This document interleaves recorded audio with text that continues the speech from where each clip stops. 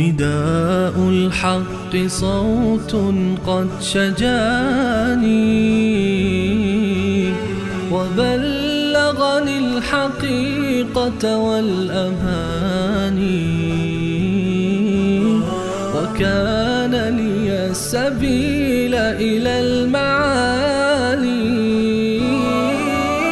ونورا للهداية والبيان.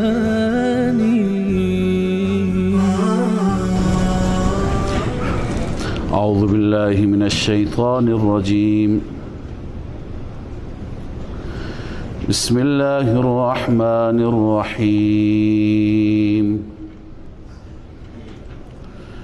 الذين كفروا وصدوا عن سبيل الله أضل أعمالهم والذين آمنوا وعملوا الصالحات وآمنوا بما نزل على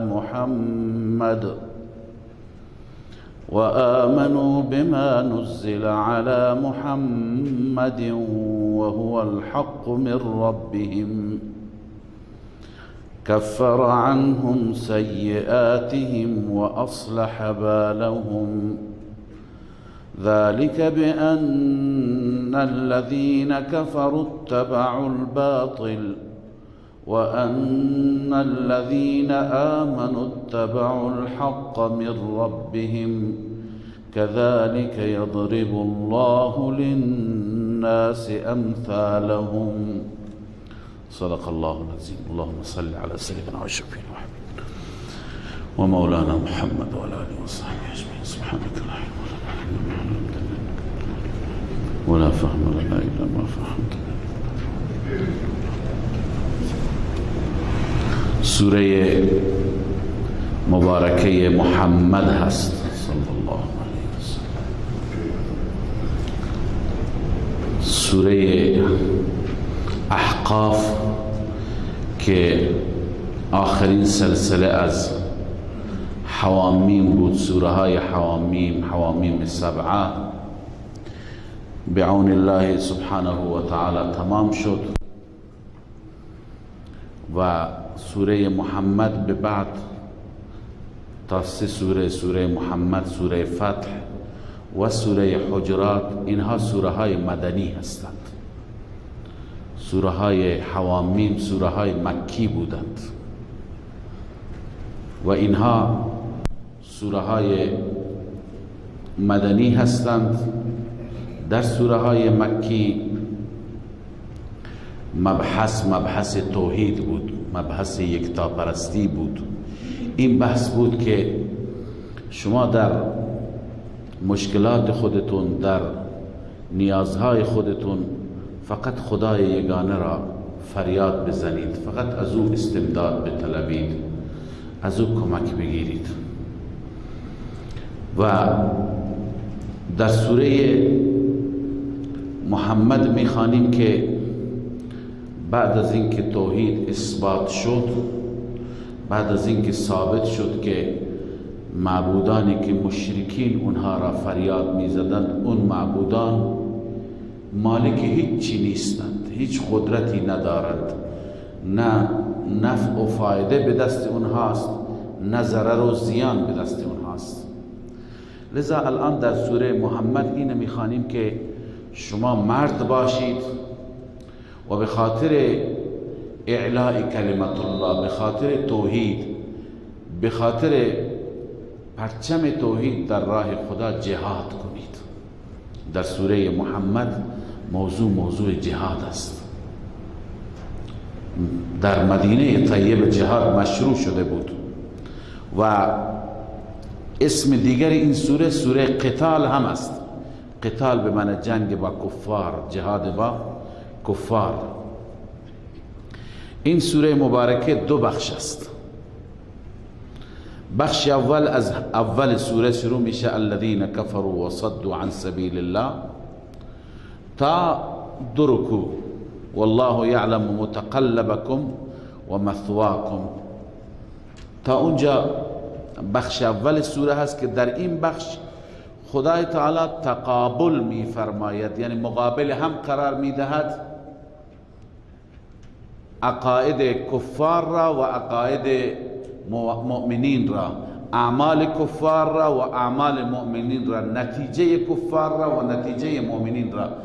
در این دو تا رکوع اول و در بخش اول سوره بیشتر تقابل و مقایسه هست و در آخر سوره بخش دوم که از و یقول الذین آمنو هست تا آخر سوره زجر و سرزنش هست، توبیخ هست بر منافقان. این مطلب بار بار خدمت شما گفته شده که هر سوره ای که در اون سوره موضوع جهاد است اونجا حتما زجر و توبیخ بر منافقان است، چون منافقان همیشه در امر جهاد مخل بودند. منافق همیشه از جهاد میترسه، از جهاد هراس داره، لذا برای جهاد راضی نیست. تمام احکام را میگه نماز از شب بگو تا صبح میستم ولی نامی از جهاد نبر، چون منافق ایمان که نداره غیرت هم نداره، ترس داره. بنابراین در بخش دوم این سوره مبارکه زجر و توبیخ است، سرزنش و نکوهش است برای منافقین که اونجا میخوانیم. در پایان سوره احوال مشرکین هم بیان میشه. حال ابتدای سوره عرض کردم که مقایسه بین مؤمنین و کافرین. الله تعالی اول بیان میفرماید حال مشرکین را. الله میفرماید الذين كفروا وصدوا عن سبيل الله، آنانی که کفر کردند و باز داشتند از راه خدا.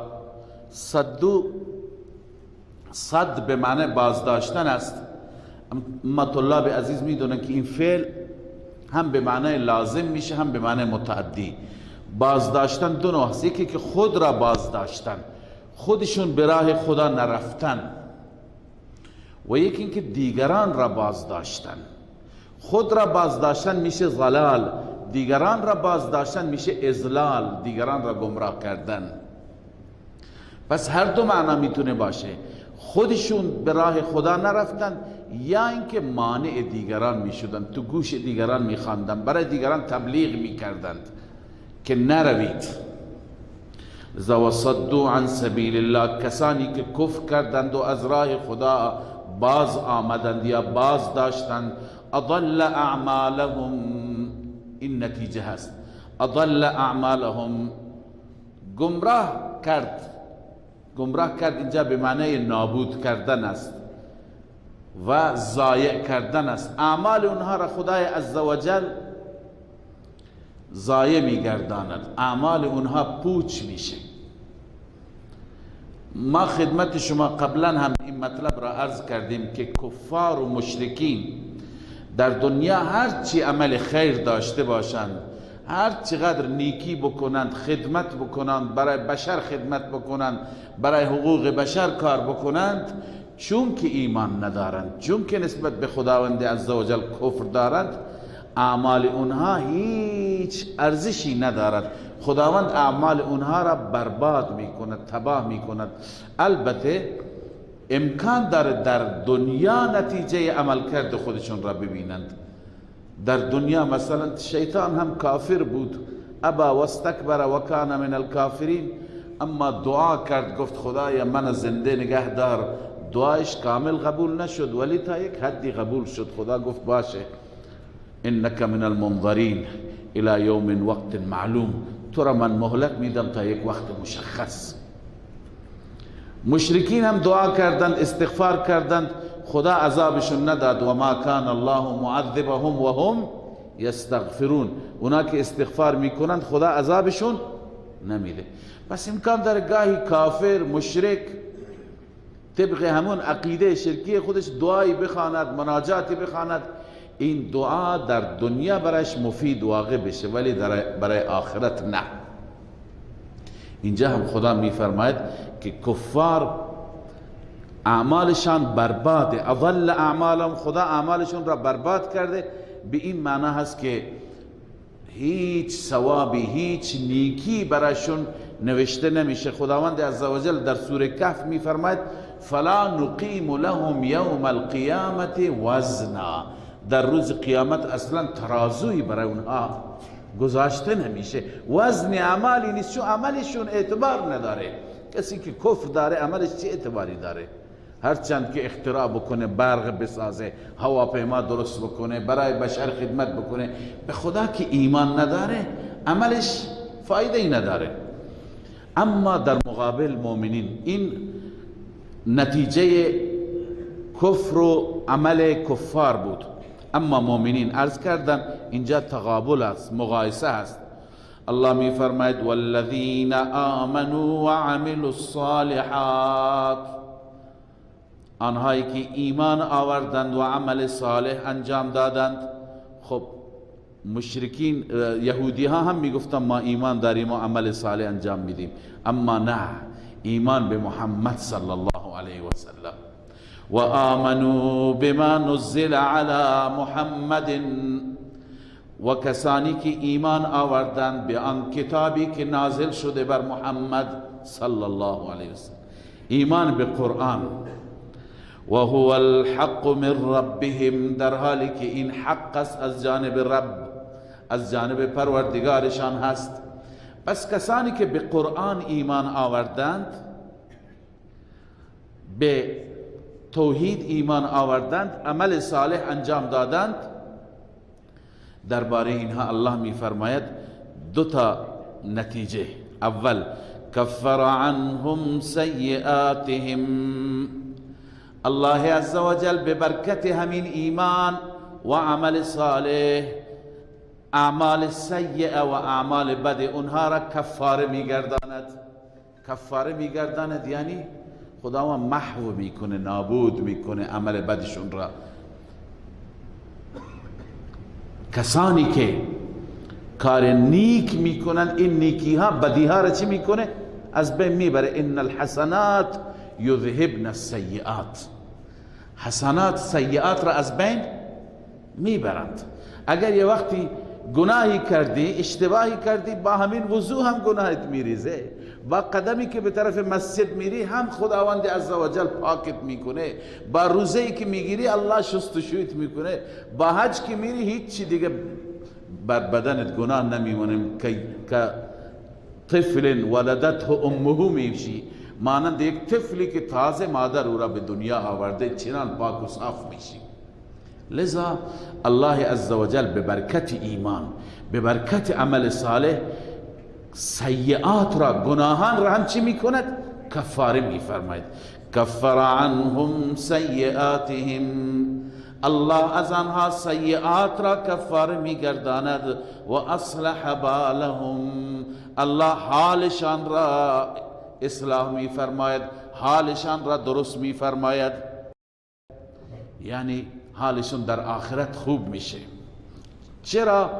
این نتیجه خوب برای مؤمن و اون نتیجه بد که قبلا خواندیم برای کافر.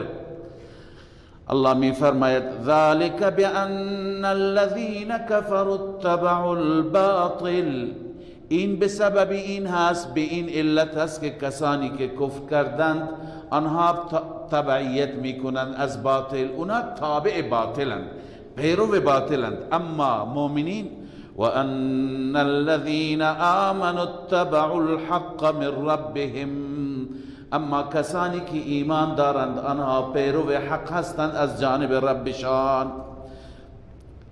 اهل ایمان تابع رب، تابع حق، تابع قرآن هست.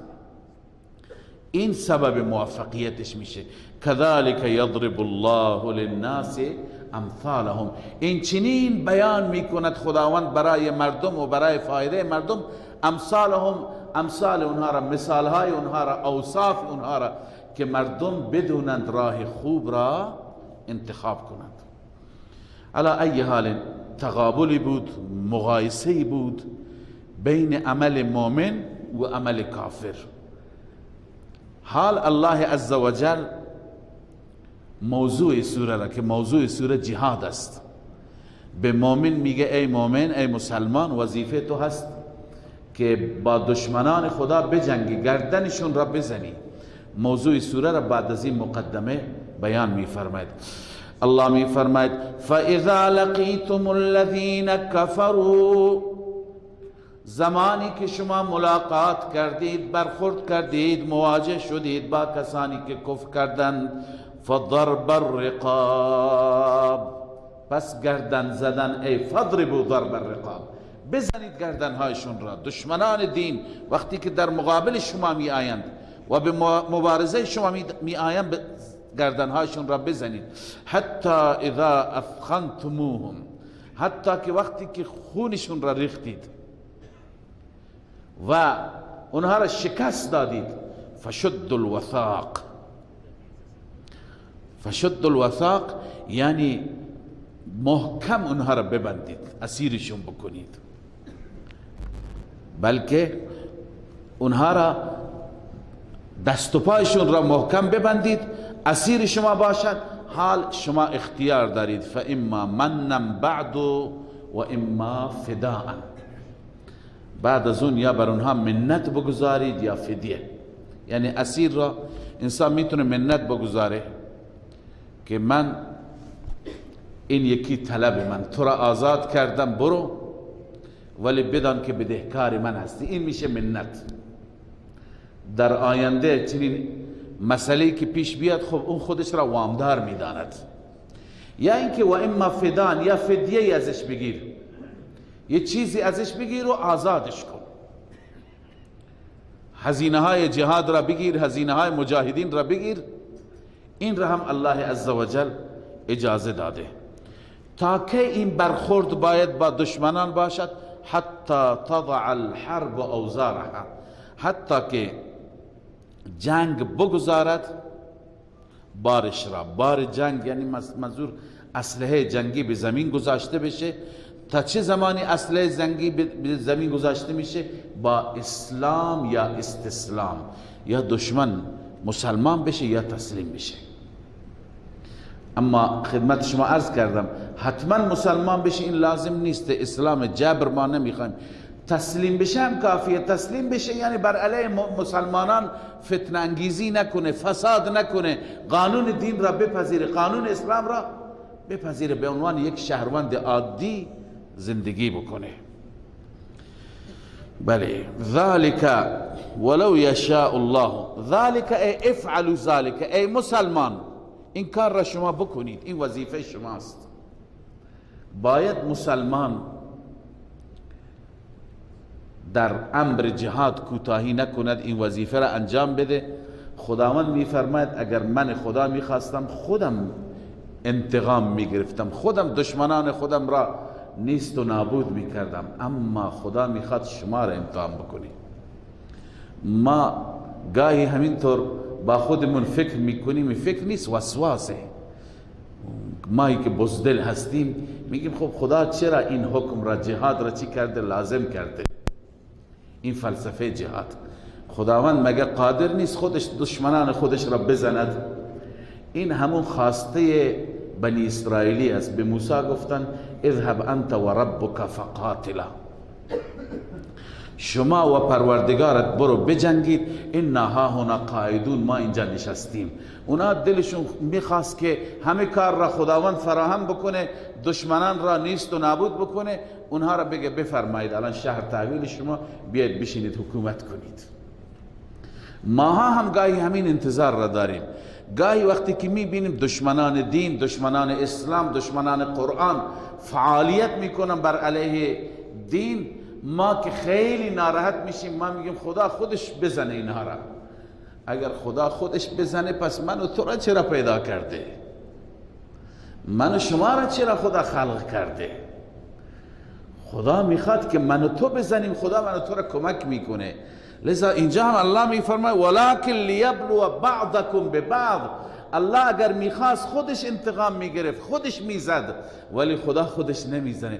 خدا میخواد ما را امتحان بکنه چقدر غیرت داریم، چقدر برای دین کمر میبندیم، چقدر دین خدا را دوست داریم که جان و مال تقدیم بکنیم. اون وقت ببین خدا با تو چیکار میکنه. وقتی که تو تقدیم کنی مال و جان را، در این دنیا هم کمکت میکنه، در اون دنیا که هم عیش. لذا الله می فرماید ولکن اگر ولو شاء الله لانتصر منهم، اگر خدا میخواست خودش انتقام میگرفت از دشمنانش، اما این کار را نکرد. خدا خود به میدان نمی آید. رسول الله صلی الله علیه وسلم را میگه سپاهت را بردار، مسلمانان را بردار، برو ببینه. خدا میخواد ظاهر بکنه کی منافق میترسه، مثل عبدالله ابن ابی بهانه میاره، عقب نشینی میکنه، کی جانانه می جنگه، شهید میشه، غازی میشه، موفق میشه.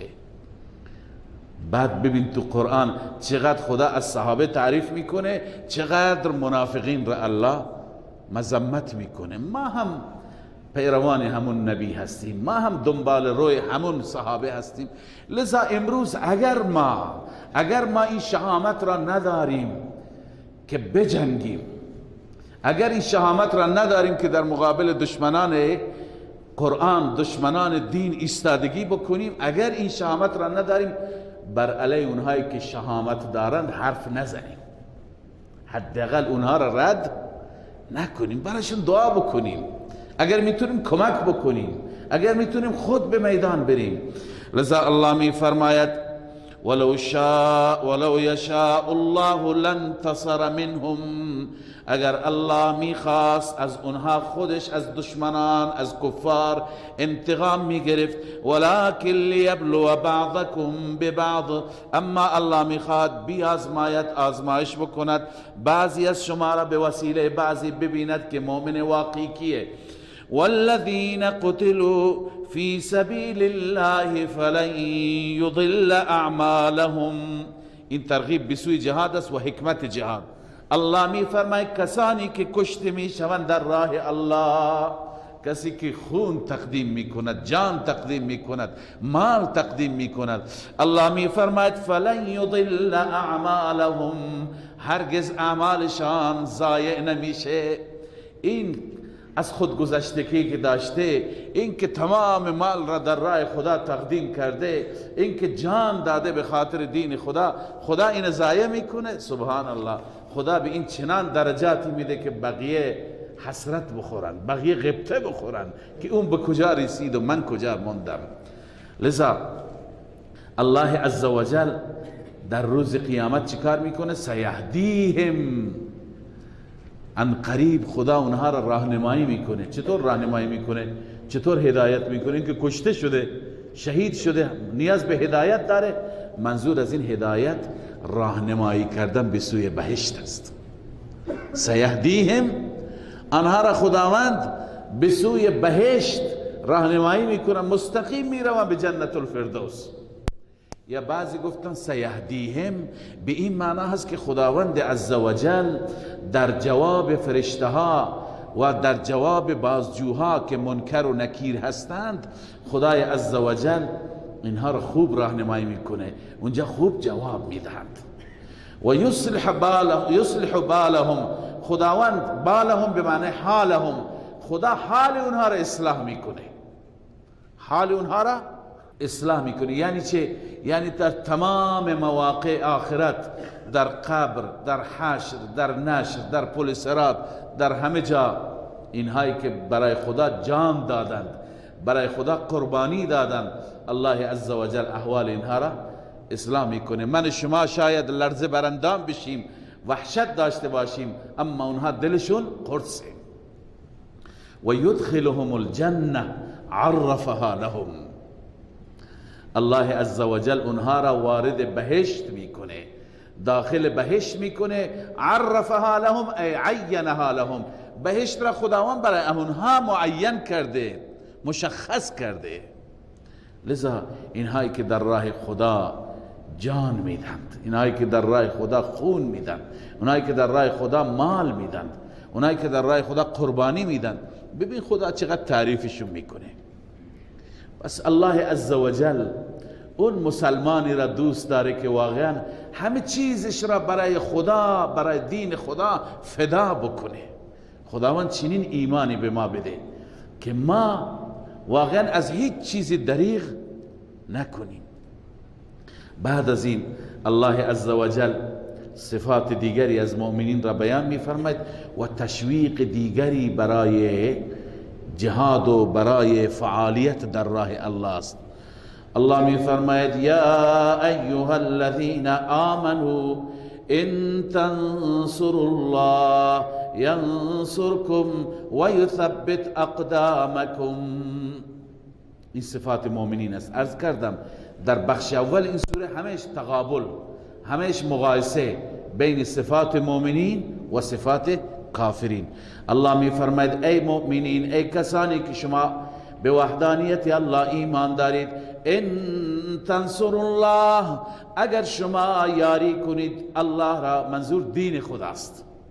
تنصر الله ای تنصر دین الله، اگر شما حامی دین خدا باشید، شما یار و یاور دین خدا باشید، ینصرکم، الله هم شما را کمک میکند. الله شما را ضایع نمیکنه. شما به خاطر دین آستین بالا زدی، به خاطر دین همت میکنی، به خاطر دین مال خرج میکنی، جان تقدیم میکنی، خدا هم تو را ضایع نمیکند، خدا هم تو را رها نمیکند. و یثبت اقدامکم، این در دنیاست. در آخرت که بعدا میاد، قبلا هم آمد. و یثبت اقدامکم، در دنیا خداوند به شما ثبات قدمی نصیب میفرماید. شما متزلزل نمیشید، شما نمیترسید، شما بزدل نمیشید، شما ثابت قدم میمانید، از هیچ کس خوف و هراسی ندارید.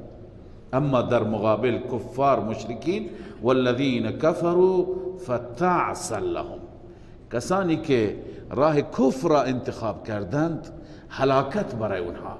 و اضل اعمالهم، خداوند اعمال اونها را، اگر عمل نیکی داشته، اگر خدمتی برای بشر کرده، اگر خدمتی برای انسان کرده، اگر برای جامعه خدمتی داشته، جاده ساخته، فلان کارها را کرده، الله می فرماید و اضل اعمالهم، چون که به خدا ایمان نداشته، اعمال اونها را خدا تباه می کند، اعمال اونها را خدا ضایع می کند.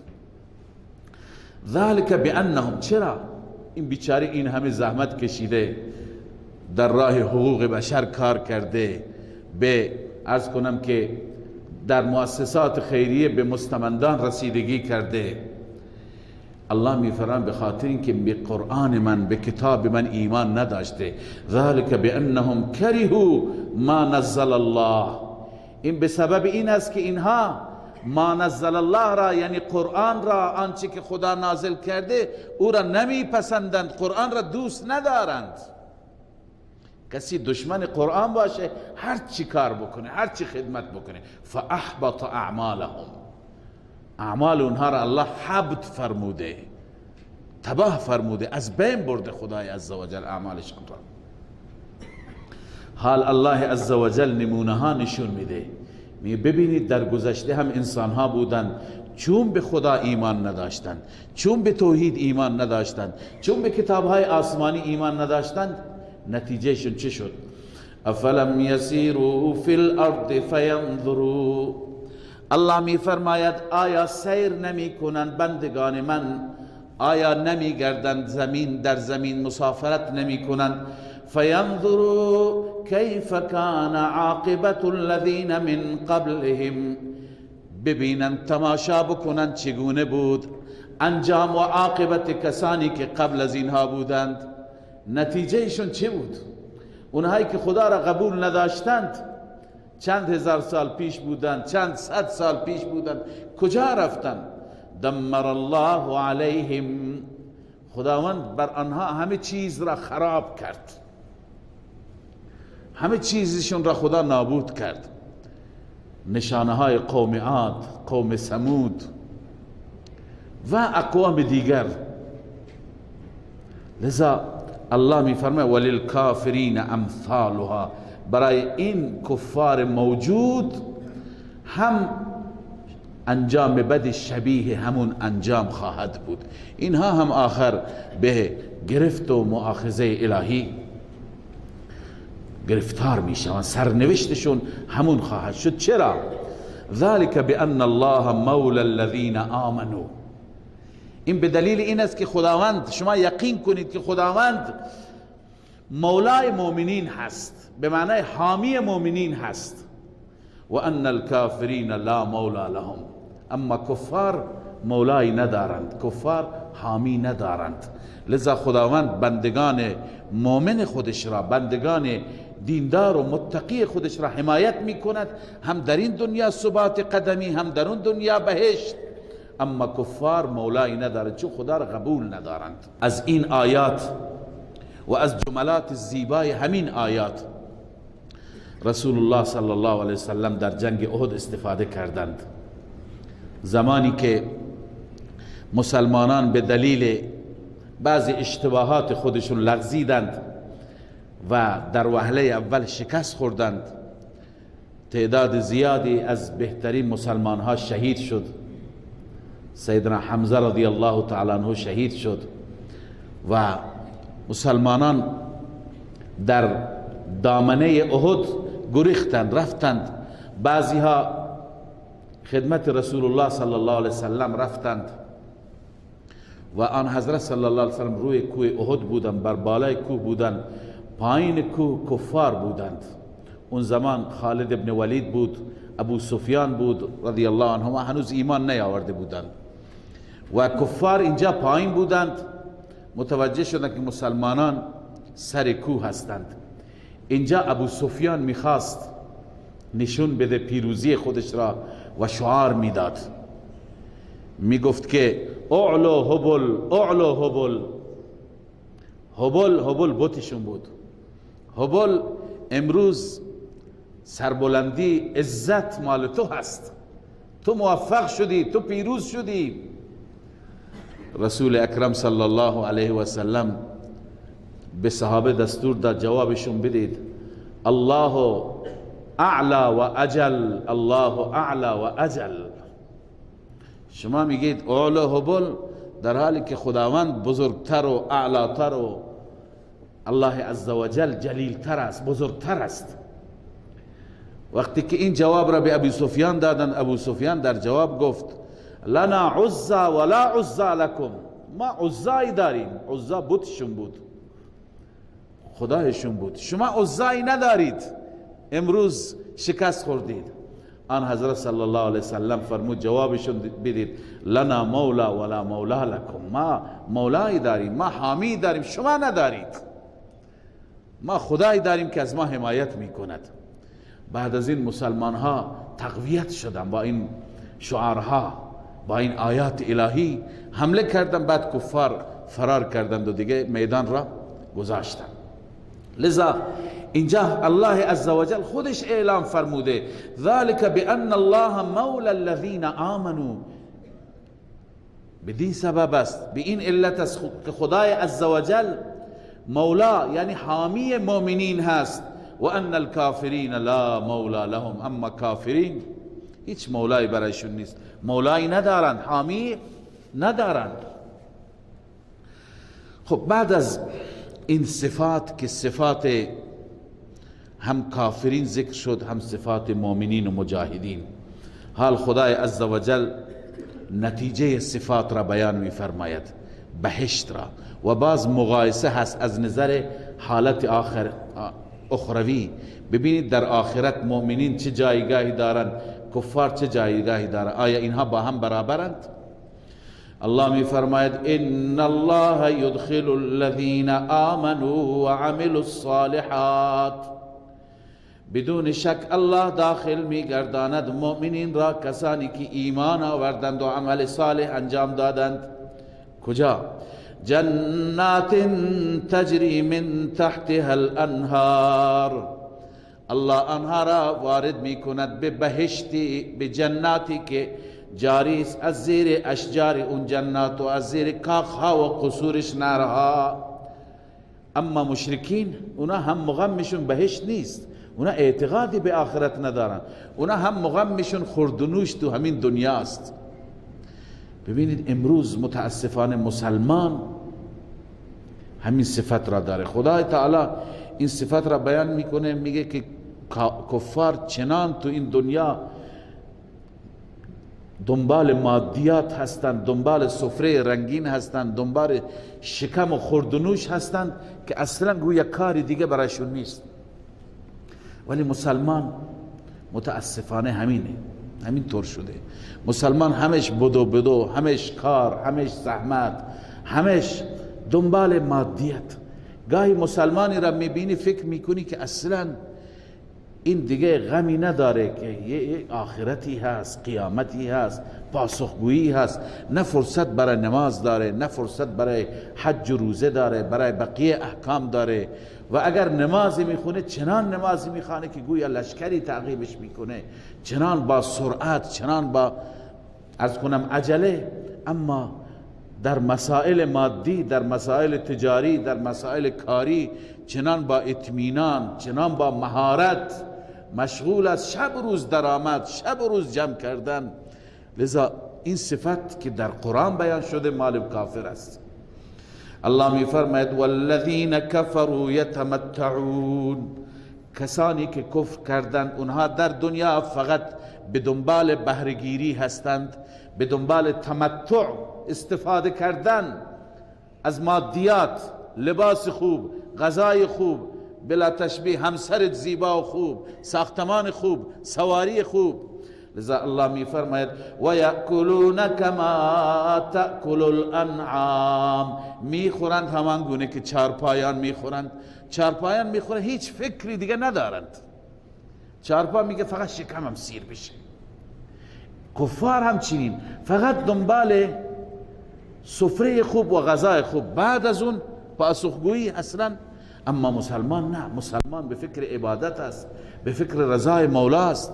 الله می فرماید و یأکلون کما تأکل الانعام، میخورند کفار همان گونه که چار پایان میخورند. و النار مثوی لهم، نتیجه آتش جهنم جایگاهشون هست، جایگاهشون، مرجعشون که برمیگردن به کجا؟ به آتش جهنم. اعاذنا الله. وكأي من قرية هي أشد قوة من قريتك.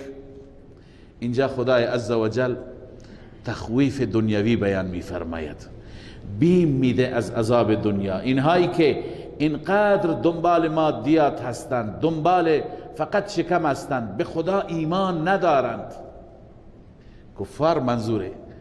الله عزوجل می فرماید خیلی ها بودند که از اینها گردن کلفتر، از اینها قویتر، از اینها پولدارتر، از اینها همه چیزشون بیشتر. اما خداوند وقتی که زمان نابودیشون فرا رسید نابودشون کرد. امروز هم شاید بعضی شما دشمنان دین را، دشمنان مسلمان ها را که کارشون شب و روز ظلم و ستم هست بر مسلمان ها، شب و روز نقشه میکشند چگونه مظلومین را، چگونه دعوتگران حق را، صدایشون را خاموش بکنند، شب و روز به نام تروریسم و انواع القاب مسلمان ها را تار و مار میکنند. ما فکر میکنیم خدا اینا را کی مؤاخذه میکنه؟ این آیات باید ما را تسلی بده، اینا تشفی بخشه. الله میفرماید از اینها گنده ترهایشون هم چی شدند؟ نابود شدند. فرعون را انسان فکر میکنه چنان قدرتی داشت که دعوای خدایی می که انا ربکم الاعلی ادعا میکرد. اما خدا وقتی که نابود کرد، از بین برد، امروز به عنوان یک افسانه ازش یاد میشه. اینها هم به تاریخ میپیوندند. الله میفرماید و کأی من قریة هی اشد قوة من قریتک التي اخرجتک. ای محمد رسول الله، اینجا خطاب رسول الله است، چقدر قریه ها بودند، چقدر شهرها بودند، هی اشد قوة، که اون شهرها قویتر بودند، شدیدتر بودند از نظر قدرت، از نظر جسمی، مالی، قومی، اقتصادی. من قریتک التي اخرجتک، از این قریه شما، از این شهر شما، از این مکه شما، که از این شهری که شما را بیرون کردند. اهل مکه شما رو بیرون کردند، از این شهرهای اونها قویتر بودند، شهرهای اونها آبادتر بودند، مردمانشون هم قویتر بودند. اما الله می فرماید اهلکناهم، ما اونها را هلاک کردیم با عذاب خودمون، فلا ناصر لهم، ناصری برای اونها نبود، یاوری برای اونها نبود، کسی کمکشون نکرد. لذا نوبت اینها هم فرا می رسد. افمن کان علی بینة من ربه کمن زین له سوء عمله. باز هم مقایسه، آیا اون مؤمنی که بر بینه هست از جانب ربش، بینه چیه؟ قرآن، یعنی مؤمنی که قرآن را دارد، خدا را دارد، با قرآن زندگی می کند، این مؤمن کمن زین له سوء عمله، مثل اون کافری هست که عملکرد سوءش برش مزین و آراسته شده، اینا مثل هم هستند.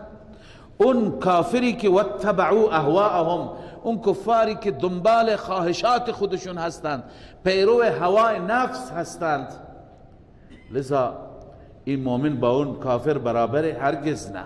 خداوند برای این مؤمن چی آماده کرده؟ ببین برای اون کافر چی آماده کرده. مثل الجنة التي وعد المتقون، الله می فرماید صفت اون بهشتی که وعده داده شدن متقیان، صفت اون بهشت، چه امکاناتی، چه تشکیلاتی تو اون بهشت هست. من جمله فیها انهار من ماء غیر آسن، در اون بهشت نهرهایی هست از آب زلال شیرین، غیر آسن، که هیچ نوع تغییری، تعفنی در اون آب نمیاد، آب متغیر نمیشه، رنگش، بویش، طعمش بسیار صاف، شفاف، زلال. این یک نوع نهر. نهر دوم و انهار من لبن لم یتغیر طعمه، و همچنین در اون بهشت نهرهایی هست، جویبارهایی هست از شیر، شیری که لم یتغیر طعمه، طعمش متغیر نمیشه. سوم و انهار من خمر لذت للشاربین، و همچنین نهرهای از شراب، از می که موجب لذت میشه برای شاربین، برای کسانی که بنوشند. شراب دنیا موجب سرگیچه میشه، انسان سرش میچرخه، دور میزنه، سرگیچه پیدا میکنه، چه بسا سردرد هم پیدا میشه. اما اونجا نه، اون باعث لذته، باعث لطف و حلاوته. و انهار من عسل مصفا، الله می فرماید برای این انسان ها نهرهای دیگری هست از عسل صاف، عسل خالص، عسلی که تو دنیا هر که میگیره ناخالصه، اونجا خالص.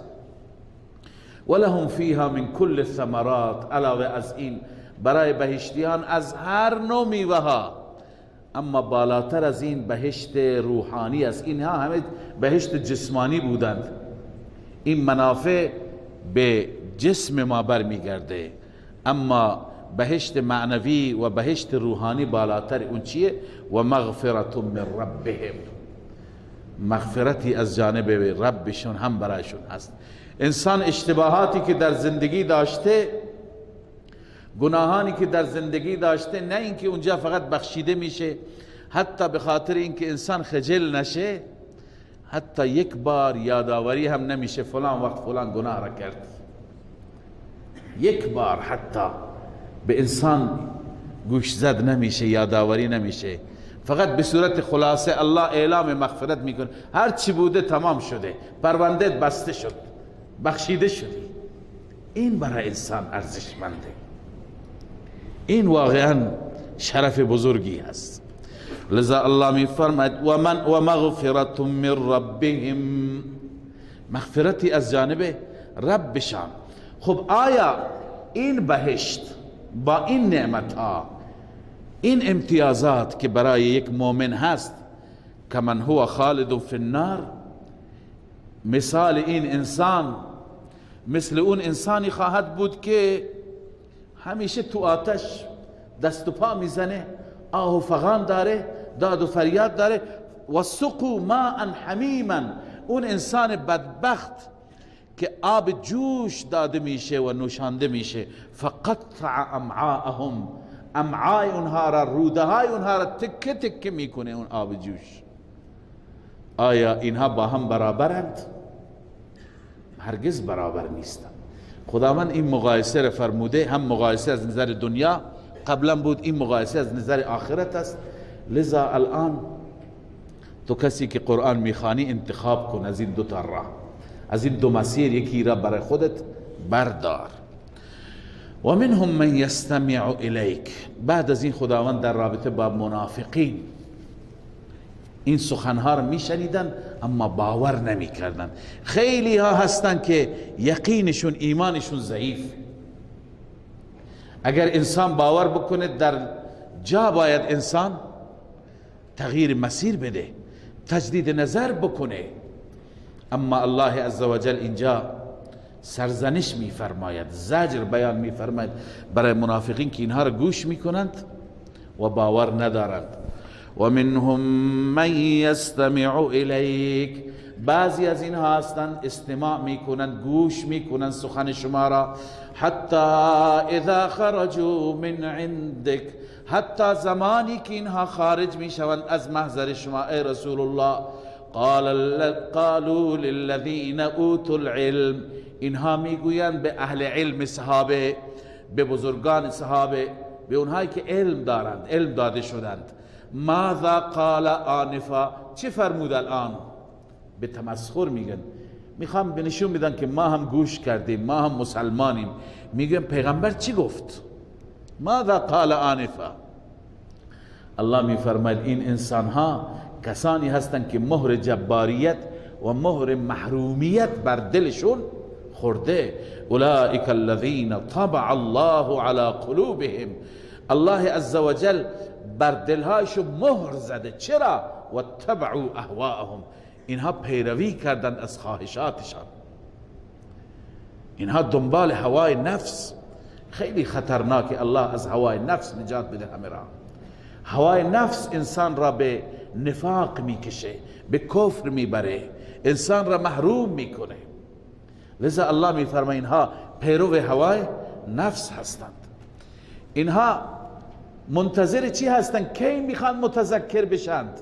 بعضی انسان ها هستند چنان قلبشون سیاه و چنان عمل کردشون منفی، انسان تعجب میکنه. همونطور که در این آیه الله عزوجل اظهار تعجب کرده، انسان تعجب میکنه این کی میخواد خوب بشه، کی میخواد اصلا برگرده به سوی خدا، کی میخواد توبه بکنه، مگر تا کی زنده است، مگر اطلاعی داره از عمر خودش؟ الله میفرماید فهل ینظرون الا الساعه، این انسان ها منتظر نیستن مگر منتظر قیامتند. مگه منظور اینه که آیا قیامت بیاد بعدا توبه میکنه؟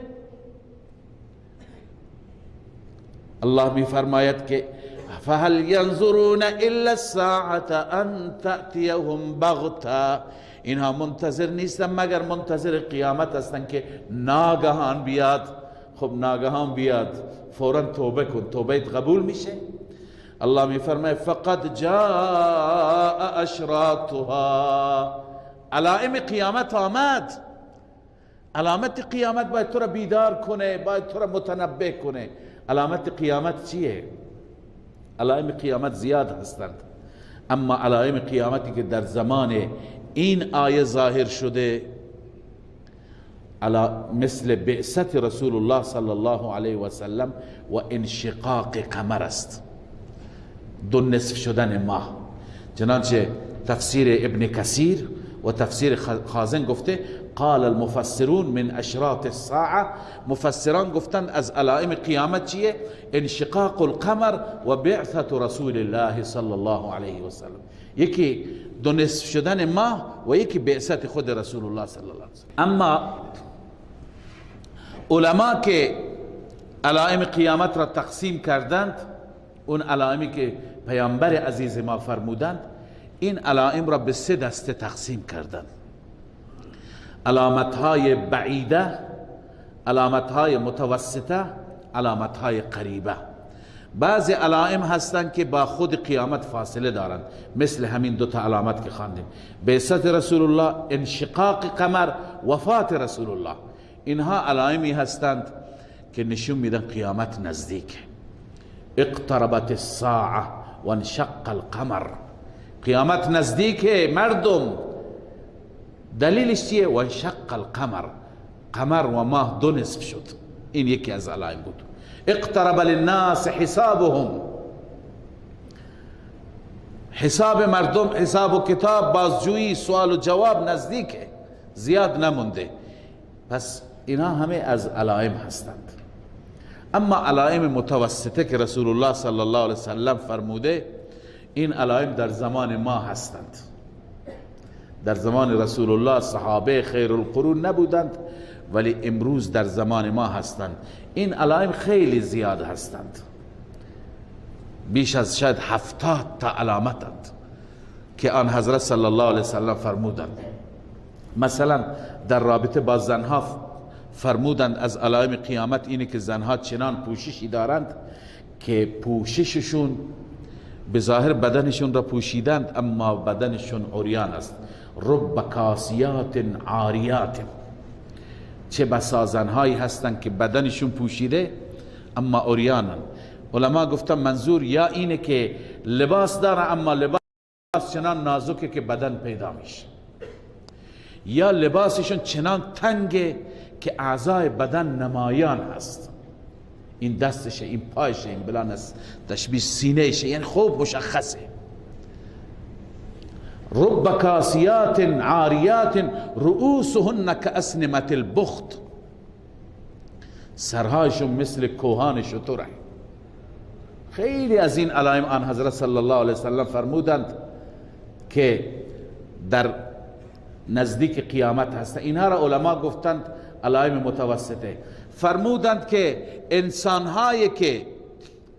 انسانهایی که تا دیروز تو کوه بودند، پشت گوسفندان بودند و عرض کنم رعاء الشاء بودند، گوسفندچرا بودند، اما آمدند تو شهر یتطاولون فی البنیان، تو ساختمان سازی و تو برج سازی با هم دیگه مسابقه دارن، رقابت دارن. این سعی میکنه ساختمان من شیکتر و زیباتر باشه، اون سعی میکنه مال من بلندتر و بهتر باشه. لذا رقابت تو این چیزها هست. و فرمودن همین انسان ها هستند که مادرانشون به عنوان کنیزشون هست، یعنی با مادر طوری رفتار میکنه که مادر مثل یک کنیز جلوش هست. مادر را امر و نهی میکنه، مادر را بد و بیرا میگه، مادر را عرض کنم که تشر میگه، به توپ و تشر میزنه به مادر میگه. لذا اینها همه از علائم است. فرمود دیگه از علائم قیامت اینه که پلیس زیاد میشه و شلاقهای مثل دم گاو به دست دارند و مردم را میزنند. فرمود از علائم قیامت این میشه که مردم ربا میخورند، رشوه میگیرند، اما عنوانهای دیگه، زنا زیاد میشه و نام دیگه به خود میگیره. لذا اینها همه از علائم قیامت. فرمود که در نزدیک قیامت قتل و خونریزی زیاد میشه. فرمودند که انسانهای سرکار میآیند و در رأس حکومتها قرار میگیرند که ارزش و لیاقت را ندارند و انسانهای شریف و انسانهای با شخصیت عقب زده میشوند. اینا همه از علائمی هست که رسول اکرم صلی الله علیه وسلم بیان فرمودند. میبینید که ما دیگه گرفتاریم با این علائم. و علائم قریبه که آن حضرت صلی الله علیه وسلم فرمود ظهور دجال است، نزول عیسی علیه السلام است، طلوع خورشید از مغرب هست، یا فتنه یاجوج و ماجوج هست، دابت الارض هست و علائم دیگری که در احادیث هستند. اینها علائم قریبه هستند که بعد از اون دیگه قیامت متصله.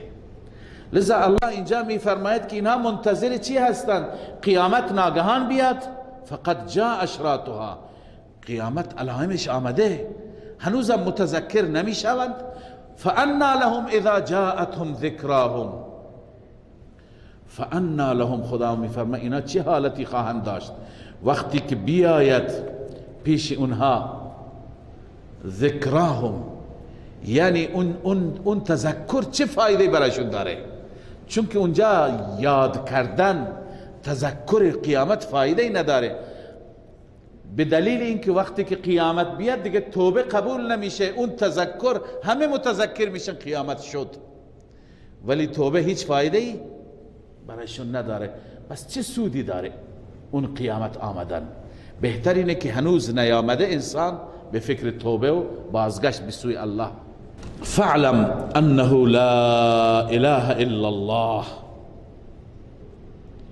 بعد از این تذکر الله عزوجل خطاب می فرماید حبیبش را، اما خطاب مورد خطاب من و تو هستیم، پس بدان یقین کن که هیچ معبود لایق عبادت و پرستش نیست به جز الله. پس انسان باید از الله حرف شنوی داشته باشد، از الله اطاعت کند، الله را سجده و کرنش بکند، بغیر از الله از هیچ کسی استمداد نطلبد. واستغفر لذنبک، این حالت اول است مع الله. حالت دوم مع النفس، برای گناهانت آمرزش به طلب، استغفار کن از خدا برای گناهانت. ببین پیغمبر ما از گناه معصومه، از گناه پاکه. خداوند ایشان را مغفرت فرموده، قد غفر الله لك ما تقدم من ذنبك و ما تأخر، همه گناهان تو بخشیده شده. پیغمبران ما معتقدیم اصلا معصوم هستند. پس اینکه به پیغمبر گفته شده که از گناهانت، برای گناهانت مغفرت به طلب، یعنی چه؟ من قبلا اینا پاسخ دادم خدمت شما، دوباره عرض می کنم به صورت خلاصه. اول این که خطاب رسول الله را هست، مراد امت، یعنی ای امت، ای بنده خدا، ای تک تک افراد مسلمان ها، برای گناهانتون از خدا آمرزش بطلبید که الان وقتشه. اون وقت اگر بیاد اونجا دیگه جای بخشش نیست، بعد از اینکه مرگ بیاد، بعد از اینکه قیامت بیاد، بعد از اینکه در قبر انسان معذرت خواهی بکنه 100 تا استغفار بکنه. لذا الان وقت معذرت خواهی است، الان وقت استغفار است. و بعضی گفتم مراد از استغفار برای پیغمبر اینه که در مقابل الله عزوجل تواضع نشون بده، کسر نفس بکنه، هضم نفس بکنه، به خاطر اینکه رسول خدا صلی الله علیه وسلم گرچه جایگاهش بسیار بلنده، اما در مقابل الله عزوجل عبدالله است. چنانچه فرموده علامه آلوسی، الاستغفار کنایت عما یلزمه من التواضع و هضم النفس والاعتراف بالتقصیر. در حق رسول الله استغفار یعنی تواضع در مقابل الله، یعنی هضم نفس و شکستن نفس، اعتراف به کوتاهی، لانه صلی الله علیه وسلم معصوم او مغفور، چون که رسول الله معصوم و مغفور است. سومین جواب اینه که منظور از ذنب زلات هستند، لغزشات هستند، لغزشات و زلاتی که از نظر ما گناه نیستند، حقیقتا گناه نیستند، اما خلاف اولا هستند. پیغمبر اونها را برای خودش گناه بزرگ میدانه. حسنات الابرار سیئات المقربین که قبلا بحثش به تفصیل شده. به هر حال الله عزوجل میفرماید که شما از خداوند برای خودت هم مغفرت بخواه، وللمؤمنین والمؤمنات، هم برای مؤمنین و هم برای مؤمنات، مردان مؤمن و زنان مؤمن. والله یعلم متقلبکم و مثواکم، خداوند میداند متقلب شما را، متقلب یعنی گشتن شما را در دنیا، و مثواکم و جایگاه شما را در آخرت. در دنیا شما چه وضعیتی، چه شرایطی، به کجا میرسید، در آخرت جایگاه شما چیه، همه چیز را الله میداند. پس از الله معافی بطلبید که خداوند جایتون را، حالتتون را و شرایط شما را، هم شرایط دنیوی هم شرایط اخروی بهتر بکنه. و واقعا استغفار شرایط دنیای ما را هم عوض میکنه، تنها شرایط آخرت را عوض نمیکنه. در سوره مبارکه نوح داریم هم سخنرانی نوح همینه، هم سخنرانی حضرت هود همینه. قرآن هم در سوره هود ذکر کرده، هم در سوره نوح ذکر کرده. فقلت استغفروا ربکم انه کان غفارا. نوح به قوم گفت، نوح برای پیش خدا شکایت میکنه، میگه خدایا من به این قوم گفتم که استغفروا ربکم، از خداوند مغفرت بطلبید، استغفار بخوانید. استغفروا ربکم انه کان غفارا، خداوند غفار است. یرسل السماء علیکم مدرارا، خداوند پیاپی آسمان را بر شما جاری میکند، یعنی باران میباراند. و یمددکم باموال و بنین، خدا شما را کمک میکنه، مال به شما میده، اولاد میده. و یجعل لکم جنات، باغات و آبادی ها به شما میده. و یجعل لکم انهارا، نهرها، جویبارها، آبادی، سرسبزی، شادابی میاره. لذا این سخن نوح هست، سخنرانی نوح هست که استغفار در دنیا هم باعث چی میشه؟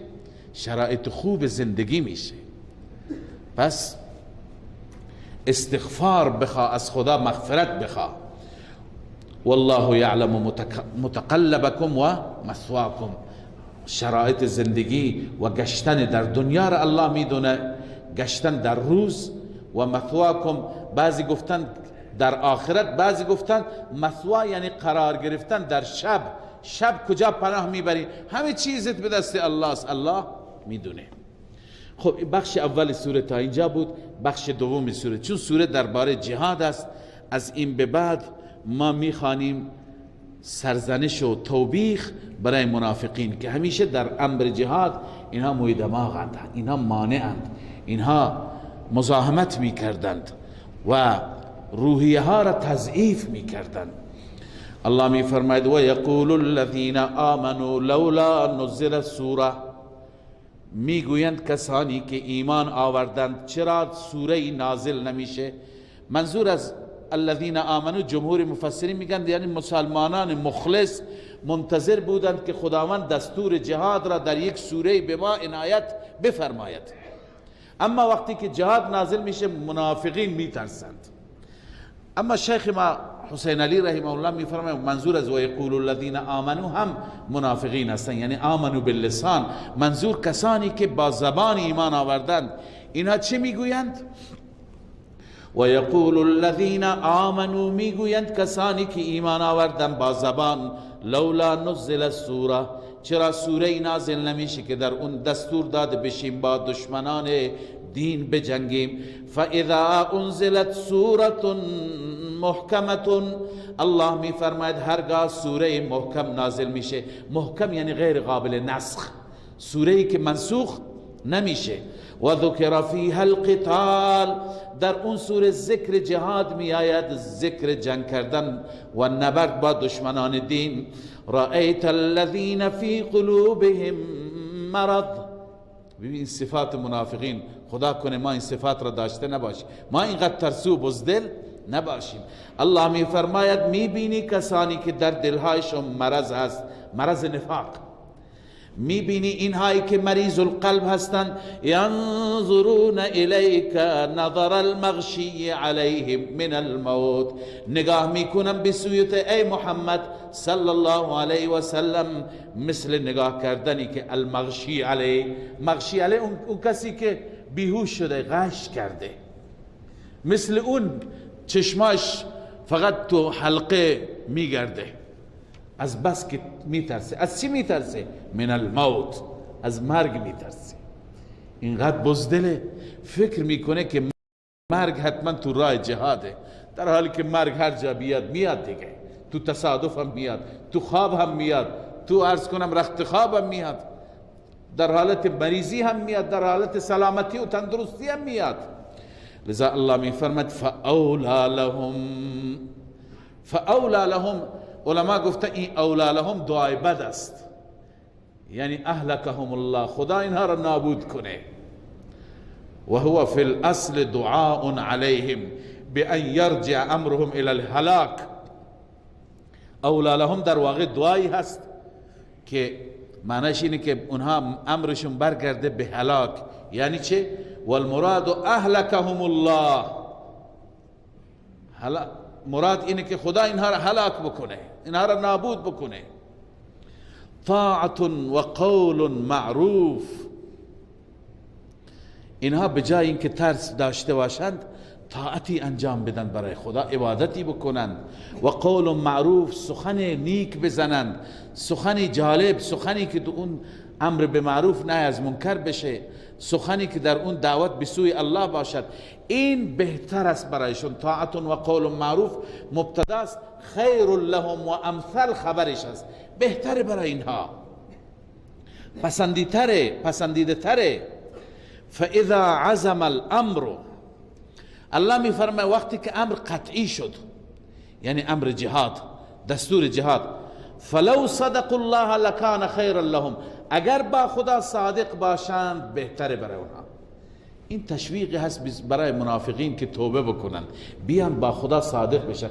این چنین آیات نازل شد، دهها از منافقین توبه هم کردند، ترسیدند، دیدند که خداوند همه عیوب و اشکالات ما را داره میگه، باور کردند که این ذات عالم الغیب است، از اسرار ما خبر دارد، لذا توبه کردند.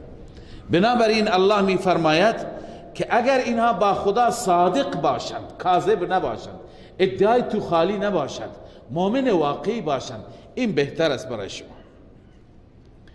فهل عسیتم ان تولیتم ان تفسدوا فی الارض و تقطعوا ارحامکم.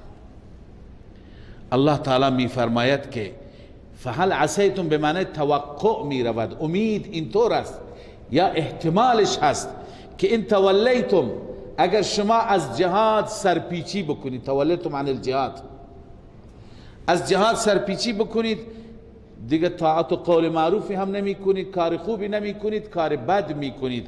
چه کار می کنید؟ ان تفسدوا فی الارض، در زمین فساد، و تقطعوا ارحامکم، قطع رحمی، همه با خویشاوندان درگیر شدن، شما دیگه کار مفیدی ندارید. لذا منافقین که دارای این صفات هستند، اولئک الذین لعنهم الله، این افراد را الله لعنت کرده، یعنی از رحمتش به دور نگاه داشته. فاصمهم، الله عزوجل اینها را ناشنوا کرده. و اعما ابصارهم، و چشمهای اونها را هم الله نابینا قرار داده. یعنی خدای عزوجل چشمهای باطنی را، فهم را، درک حقایق را از اینها گرفته.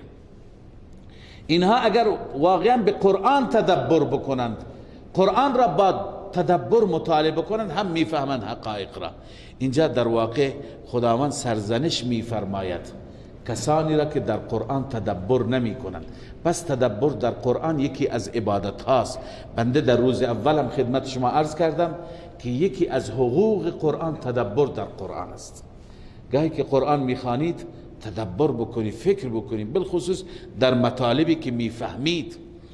الله میفرماید افلا یتدبرون القرآن، چرا اینها در قرآن تدبر نمی کنند، فکر نمی کنند؟ ام علی قلوب اقفالها، بلکه دلهایشان، ام به معنی بل هست، بلکه بر دلهایشان قفل هست، دلها اینها مهر زده، چیزی نمی فهمد. ان الذين ارتدوا على ادبارهم من بعد ما تبين لهم الهدى، یکی از دلائلی که اینها به سوی هدایت نمی آیند و اینها از آیات الهی و مواعظ قرآنی متنبه نمی شوند، متذکر نمی شوند، غلبه و تسلط شیطان بر اونهاست.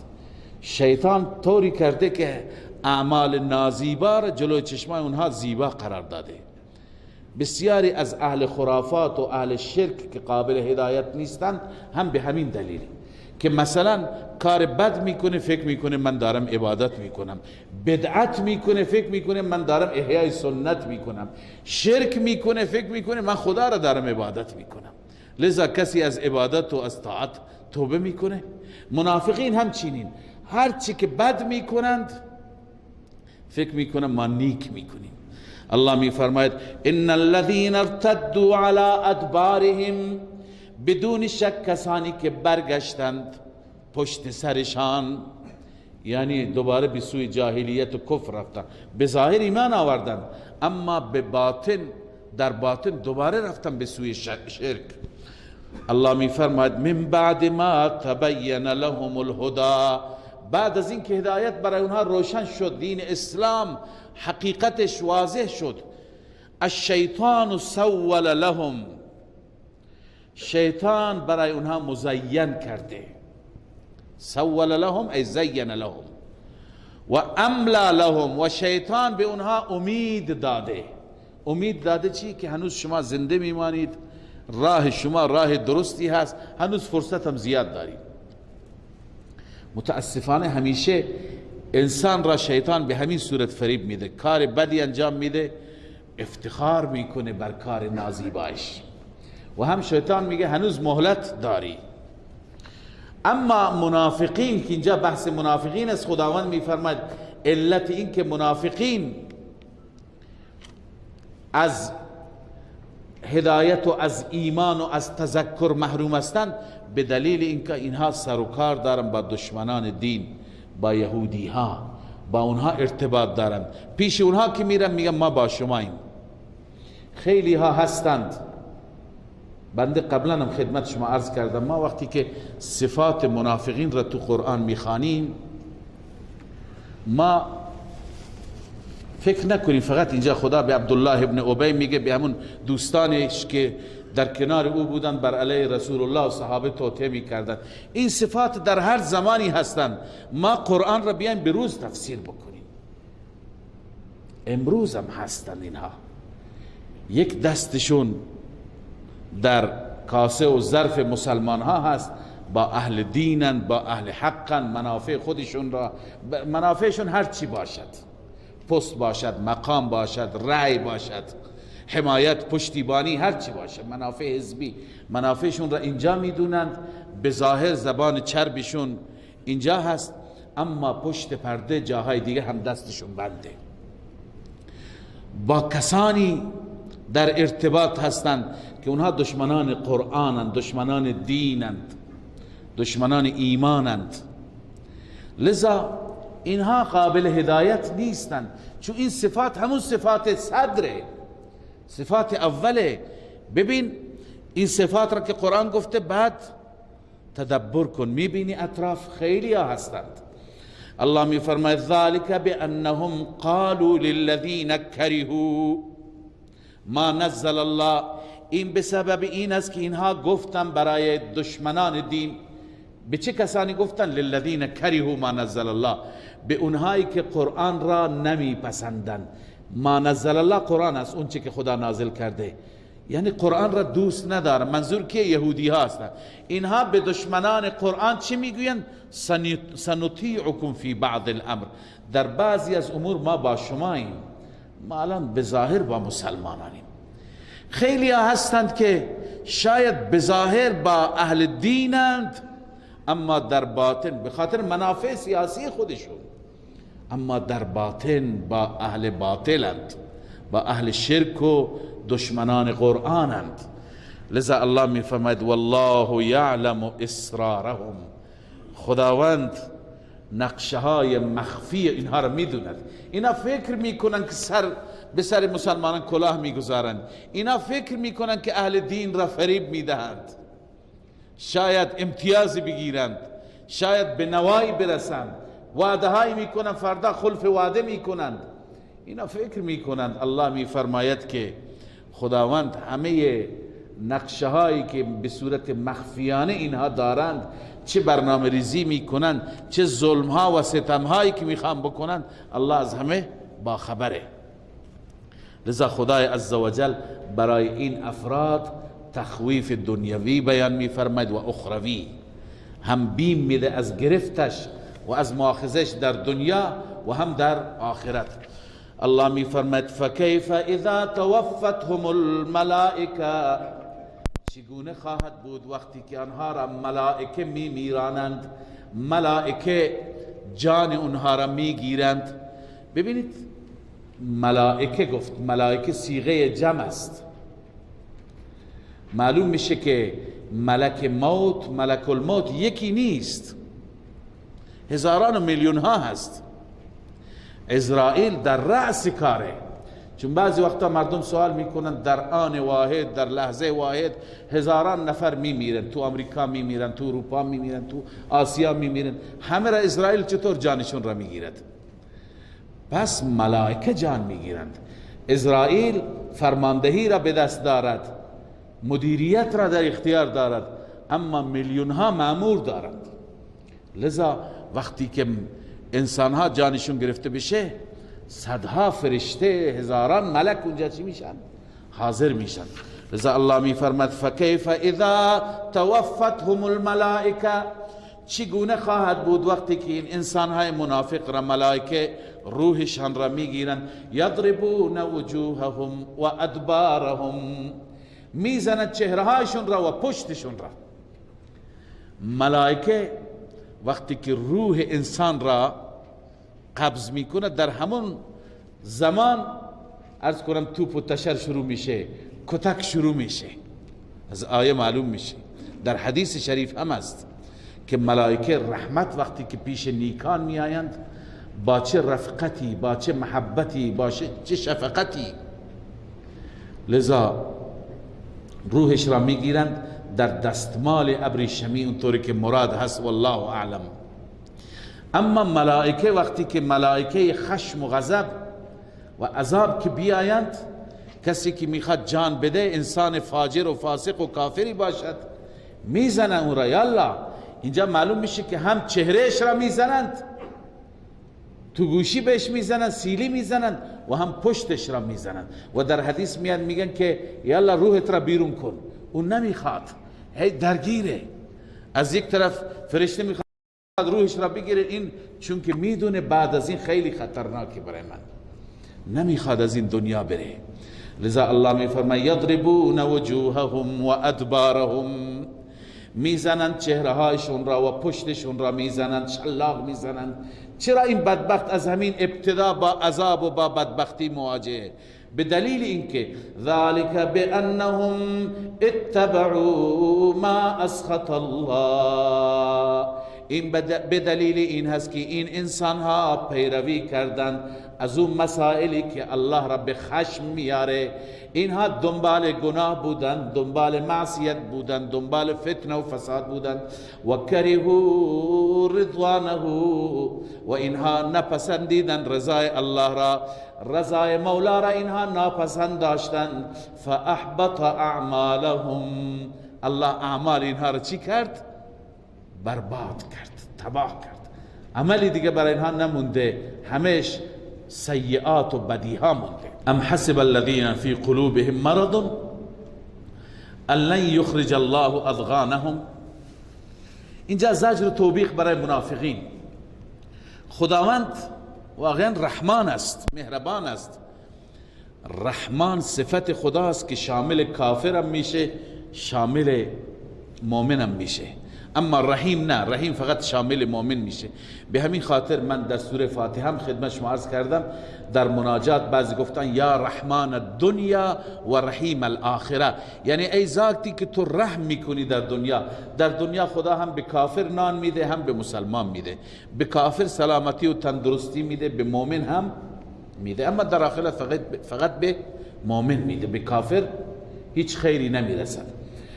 خب یکی از اثرات رحمان در دنیا اینه که خدای عزوجل همونطور که آبروی مسلمان را در دنیا حفظ میکنه، آبروی منافق را هم حفظ میکنه.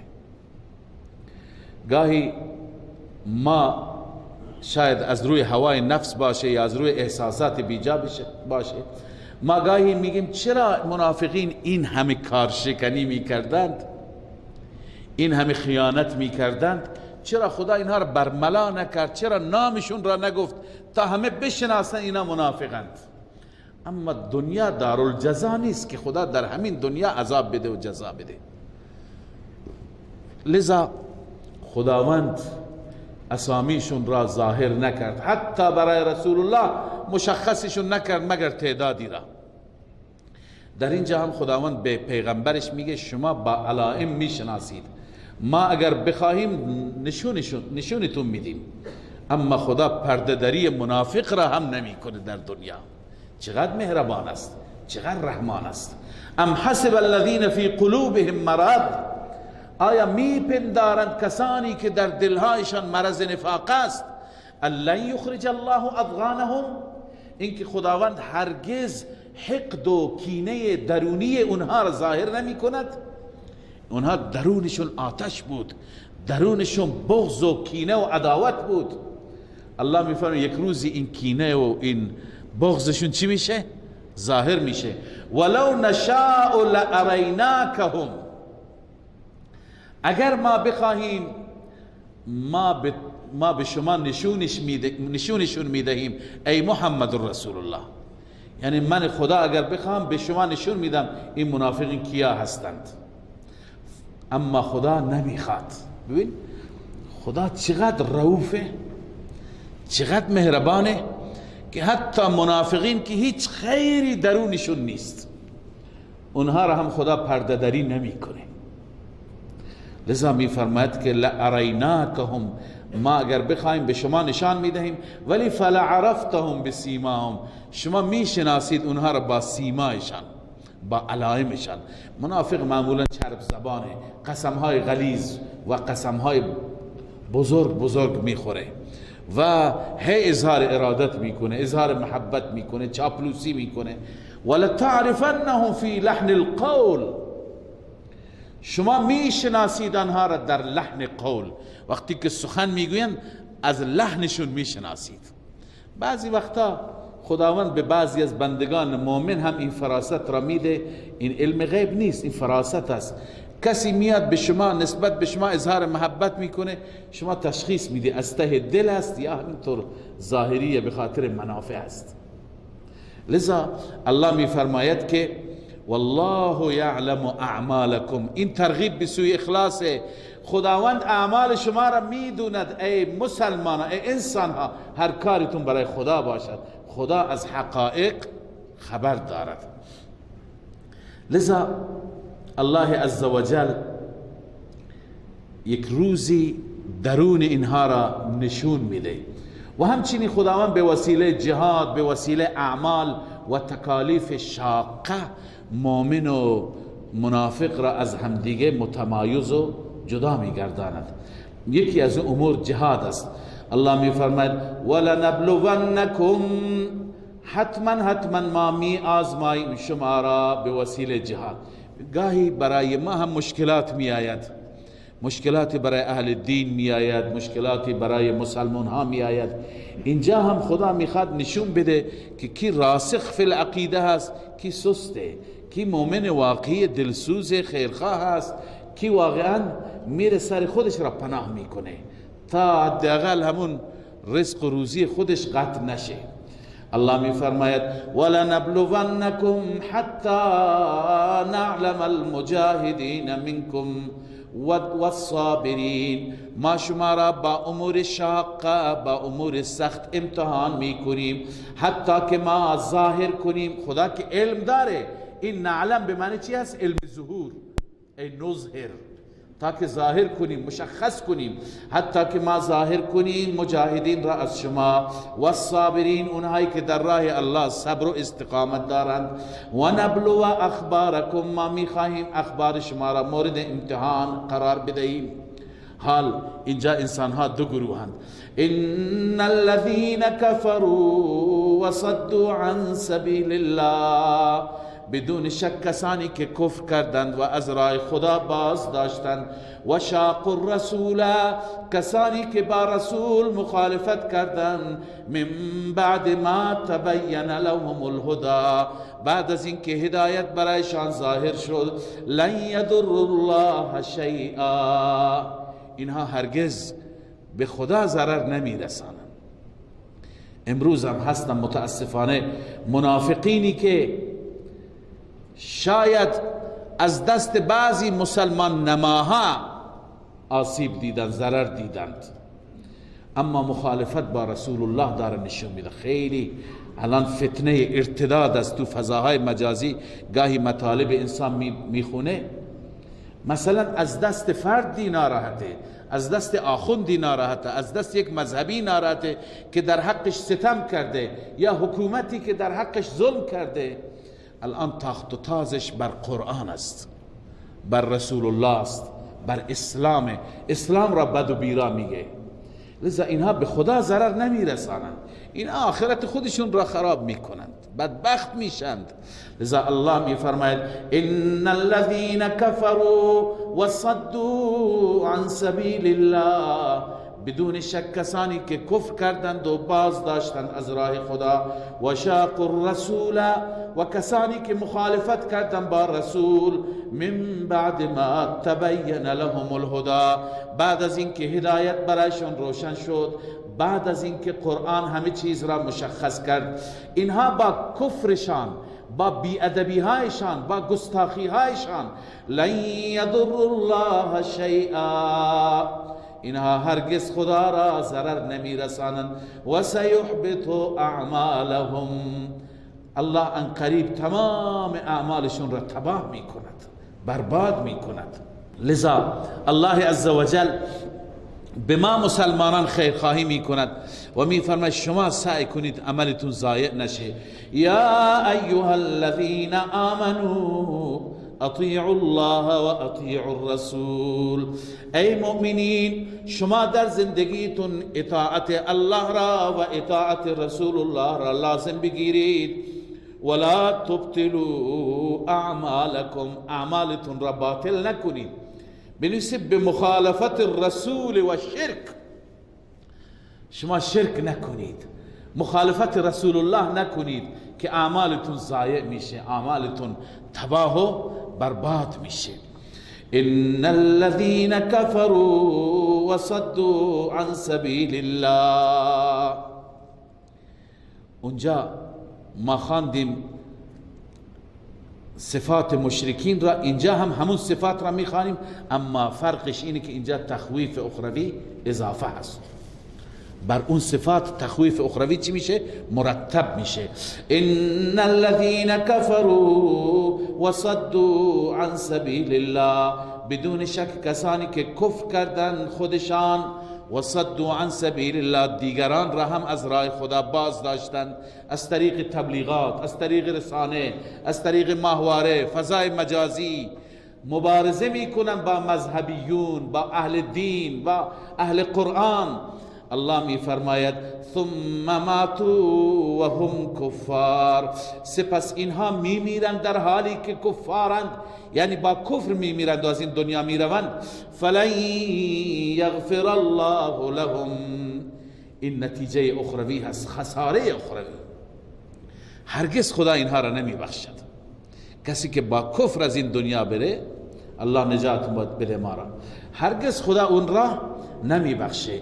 لذا آخر الله عزوجل خطاب می فرماید به ما مسلمانان، فلا تهنوا، ای بندگان من شما سست نباشید، ولتدعوا الى السلم و انتم الاعلون، و شما این تدعو عطف بر فلا تهنوا، یعنی شما به سوی صلح نخوانید زمانی که شما چی هستید؟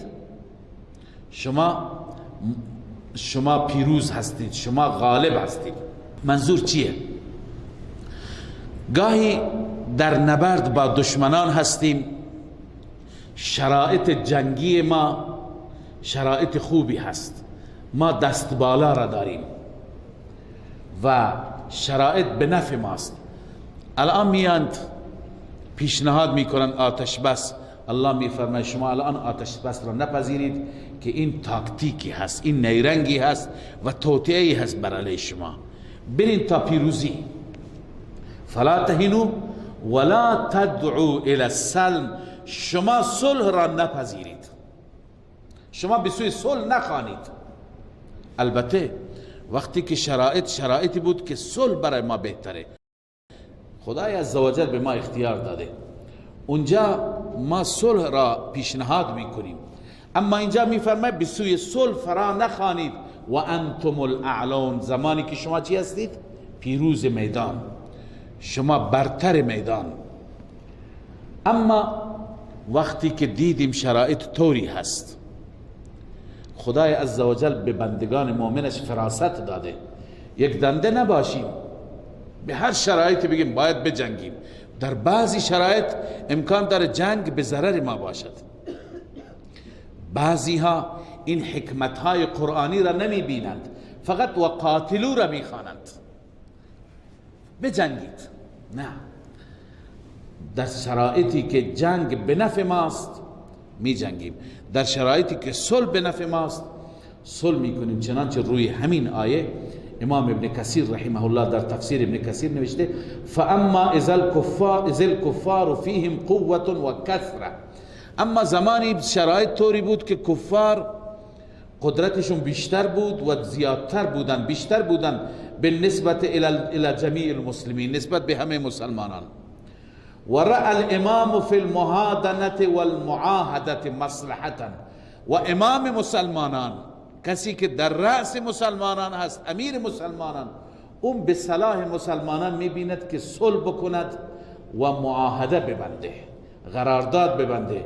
فله ان یفعل ذلك، برای امام مسلمین هست که این کار را بکند، یک دنده‌ای نکند و همش جنگ نکند، جنگ نگوید.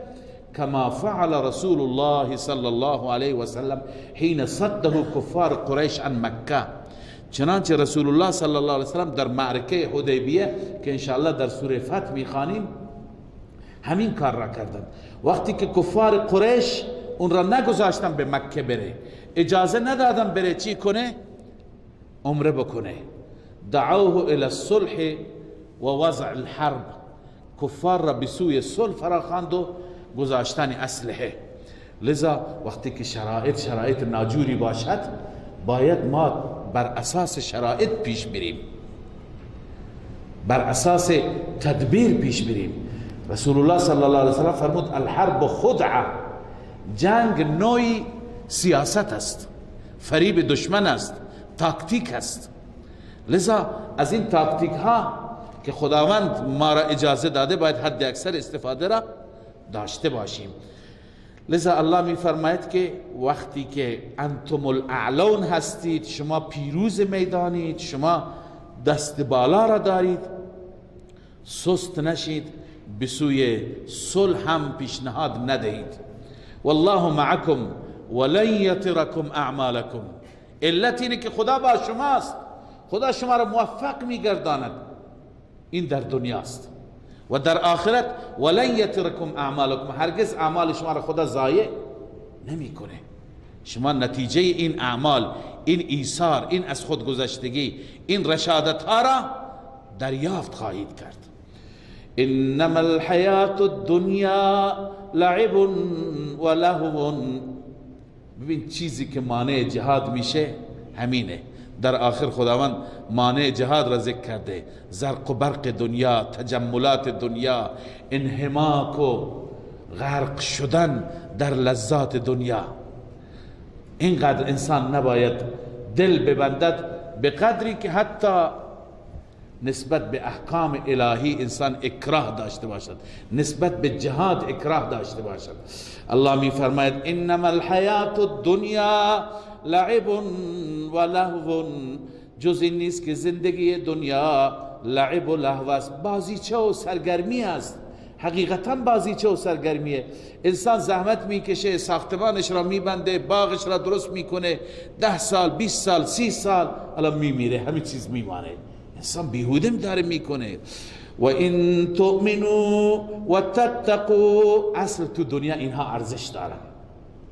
اگر شما به خدا ایمان داشته باشید و تقوا داشته باشید، ایمان، تقوا، خدا ترسی، یؤتکم اجورکم، الله به شما اجور و پاداش شما را میده. ولا یسألکم اموالکم، الله اموال شما را از شما نمیخواد. مالتون را همه را در راه خدا بدی، نه، یک بخشی را، یک چهلم را. این یسألکموها فیحفکم، اگر خداوند از شما تمام مال را بخواد، فیحفکم، احفا میگویند از پایین، از ریشه، یعنی همه مال را بخواد به صورت مبالغه، تبخلو، اون وقت شما بخل میکنی، شما نمیدهی. به این خاطر خدای عزوجل بر اساس توان شما، بر شما احکام را لازم میکنه.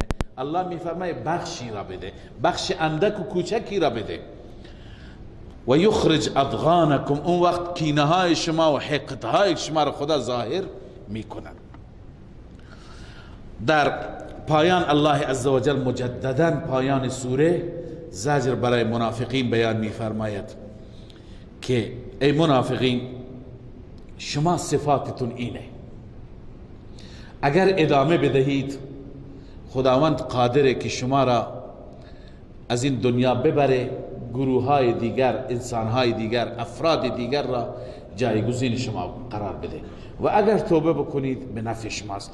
ها انتم هؤلاء تدعون لتنفقوا فی سبیل الله، آگاه باشید، خبردار، شما اینهایی که حاضر هستید، تدعون، شما فرا خوانده می شوید تا که خرج کنید در راه الله، لتنفقوا فی سبیل الله.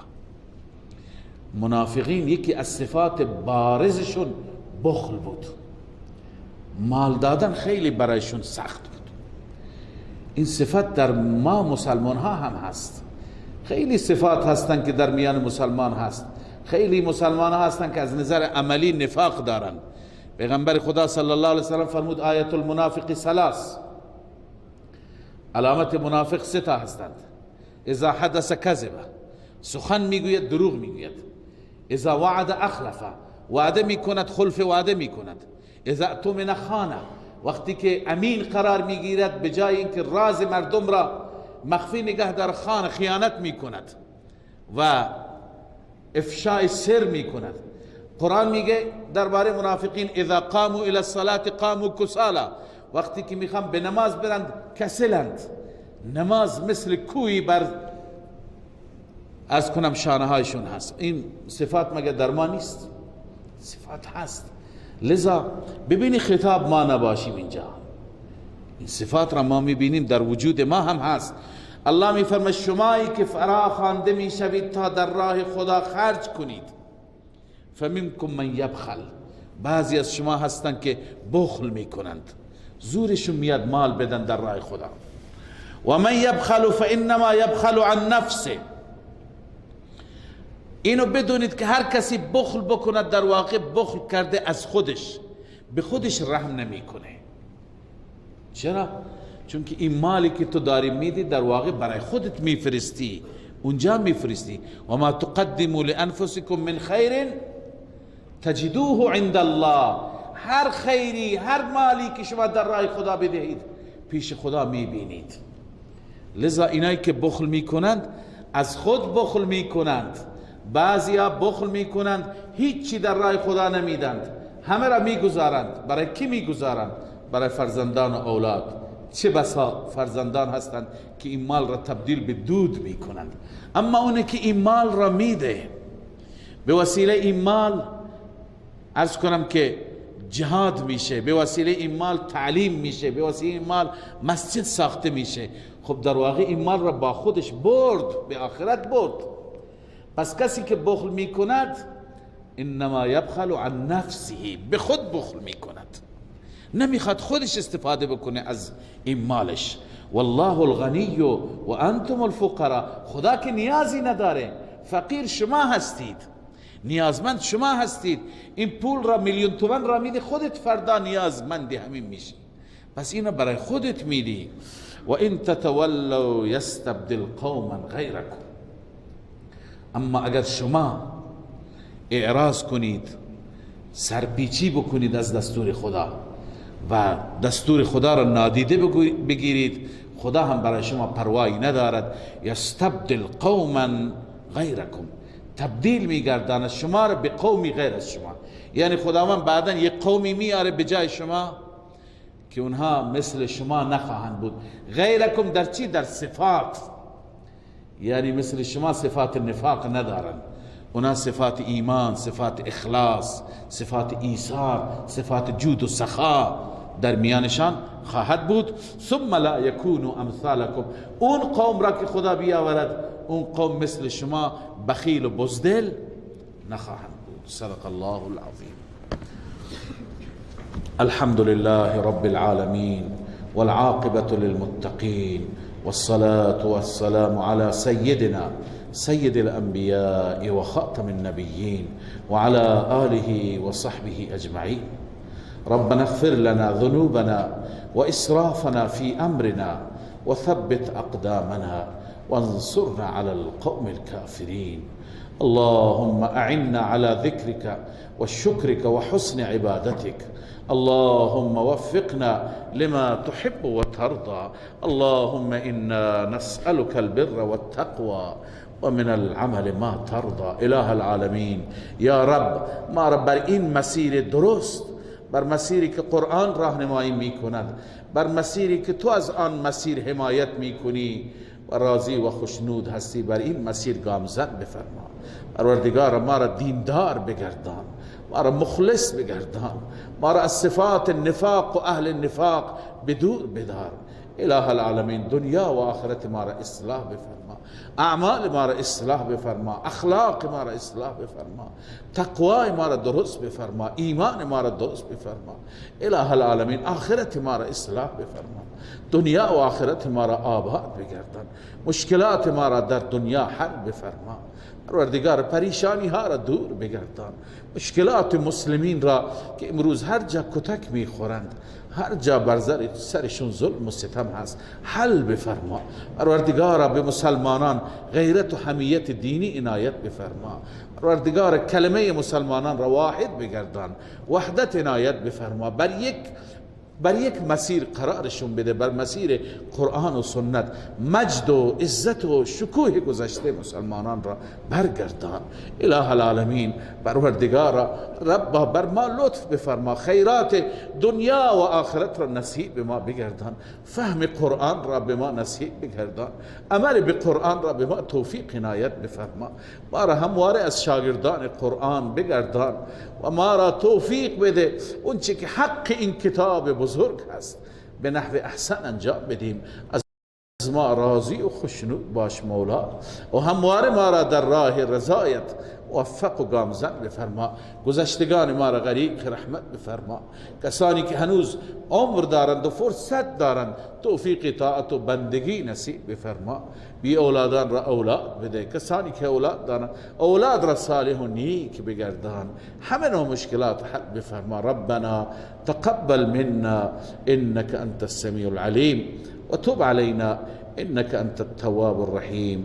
آمين برحمتك يا رحمن.